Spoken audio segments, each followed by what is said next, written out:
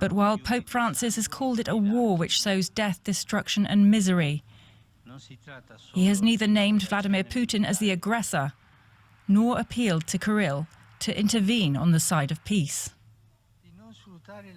I'm now joined in the studio by DW's religious affairs analyst Martin Gag. Martin, religion has been sort of a bit of an underexposed side of this conflict. Many people have been asking themselves, why is Putin doing all this?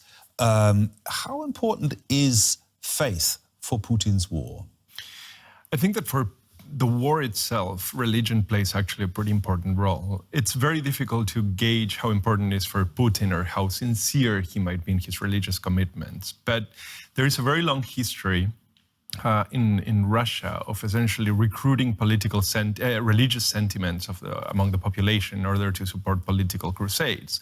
And the proximity of the Orthodox Church, particularly the Muscovite Patriarchate, to the Kremlin has been essential for Putin to actually rally the population behind the war effort. So, in a sense, it's not really just a theological matter, but the church represents a very strong cultural position, which is very conservative, very reactionary, and sees basically the Kremlin as a very capable defender of those social and cultural positions. Ukraine is important for the Orthodox Church. Briefly explain why. Very much so, because the process of conversion of Rus, or the process of conversion of the Slavic world, really to some degree starts in Ukraine, coming from the south, coming from Greek Orthodox churches, Cappadocia and Turkey. But it's really the Ukraine what opens, so to say, the gates of the Slavic world to Christianity. For the Russians, the Ukrainian church is actually very important, and it has been one that has been very close to the Muscovite Patriarchate.